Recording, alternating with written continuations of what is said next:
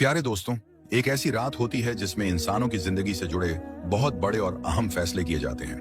कौन इस दुनिया में जिएगा और कौन इस दुनिया से रुखसत होगा, कौन एक नई जिंदगी की शुरुआत करेगा और कौन इस संसार को हमेशा के लिए अलविदा कह देगा, कौन गरीब से अमीर बन जाएगा और किसकी जिंदगी में मुश्किलों का दौर शुरू होने वाला है, किस इंसान का नाम जिंदा लोगों की सूची में रहेगा और किसका नाम मुर्दा लोगों की सूची में लिख दिया जाएगा।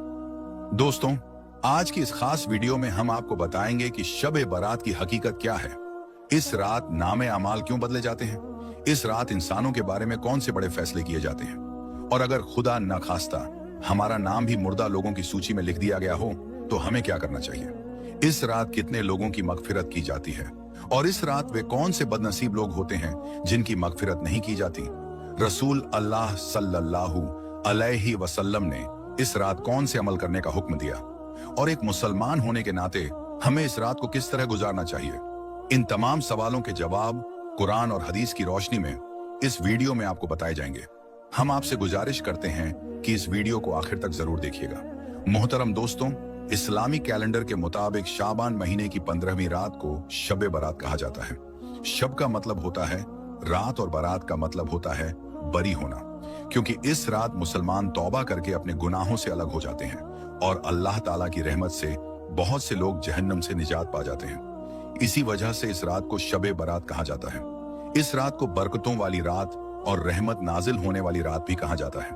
कुरान मजीद में अल्लाह ताला इरशाद फरमाते हैं कि कसम है उस साफ और रोशन किताब की, बेशक हमने इसे एक बरकत वाली रात में उतारा, बेशक हम डर सुनाने वाले हैं। इसी रात में हर हिकमत वाला फैसला तय कर दिया जाता है।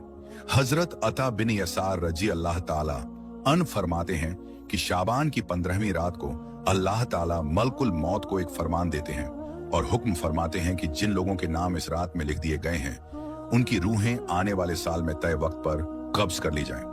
इस वक्त लोगों का हाल ये होता है कि कोई बागों में दरख्त काटने की तैयारी कर रहा होता है, कोई शादी की तैयारियों में मशगूल होता है, कोई नया मकान बनवा रहा होता है, हालांकि उनके नाम उसी रात मुर्दा लोगों की सूची में लिखे जा चुके होते हैं। शाबान की 15वीं रात एक बहुत अहम रात है।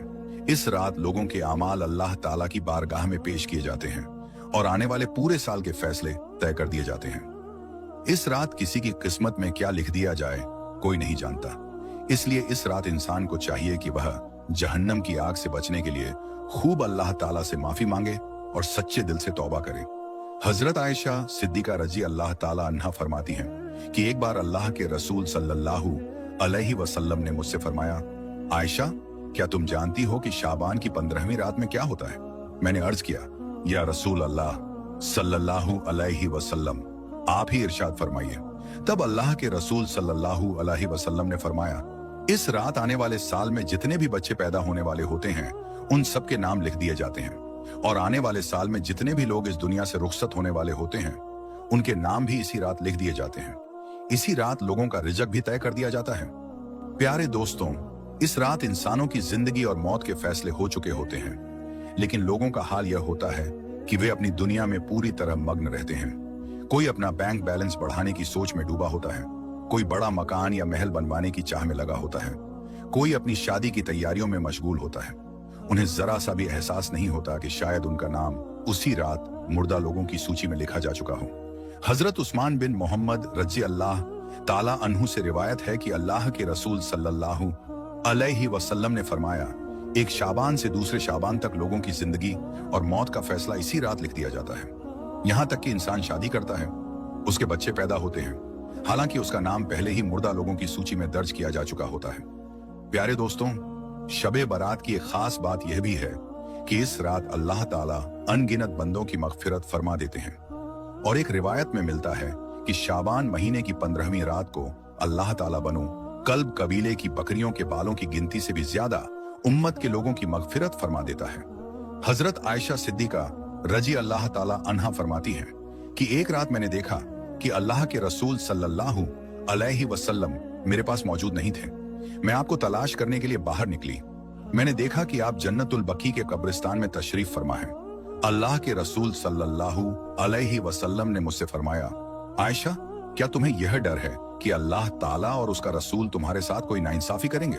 मैंने अर्ज किया, या रसूल अल्लाह सल्लल्लाहु अलैहि वसल्लम, मुझे यह ख्याल आया कि शायद आप किसी दूसरी बीवी के पास तशरीफ ले गए होंगे।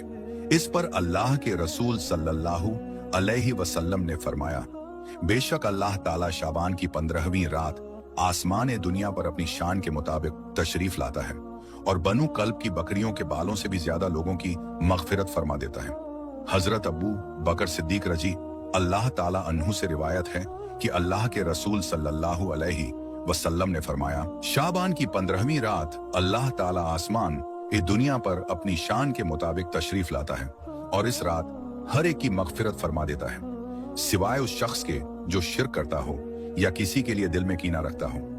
एक और जगह अल्लाह के रसूल सल्लल्लाहु अलैहि वसल्लम ने फरमाया, शाबान की 15वीं रात अल्लाह ताला अपनी रहमत और करम से पूरी मखलूक की मगफिरत फरमा देता है, सिवाय मुशरिक और कीना रखने वाले के।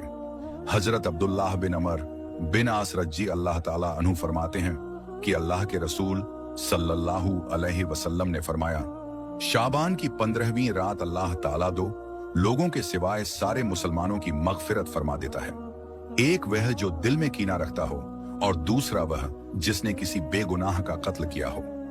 प्यारे दोस्तों, ये एक ऐसी रात है जिसमें अल्लाह ताला अपने बंदों की मगफिरत फरमाता है और उनकी दुआओं को कबूल करता है। जैसा कि हजरत उस्मान रजी अल्लाह ताला अन्हु से रिवायत है कि अल्लाह के रसूल सल्लल्लाहु अलैहि वसल्लम ने फरमाया, जब शाबान की 15वीं रात आती है तो अल्लाह ताला की तरफ से यह ऐलान होता है, क्या है कोई मगफिरत मांगने वाला कि मैं उसके गुनाह माफ कर दूं? क्या है कोई मुझसे माफी चाहने वाला कि मैं उसे अता कर दूं? उस वक्त अल्लाह ताला से जो भी मांगा जाता है अल्लाह उसे अता फरमा देता है और दुआ कबूल फरमाता है, सिवाय बदकार औरत और मुशरिक के। हजरत अली रजी अल्लाह ताला अन्हु से रिवायत है कि रसूल अकरम सल्लल्लाहु अलैहि वसल्लम ने इरशाद फरमाया, जब शाबान की 15वीं रात हो तो उस रात में क़ियाम करो, यानी नवाफिल नमाज पढ़ो और उसके बाद 2 दिन रोजा रखो।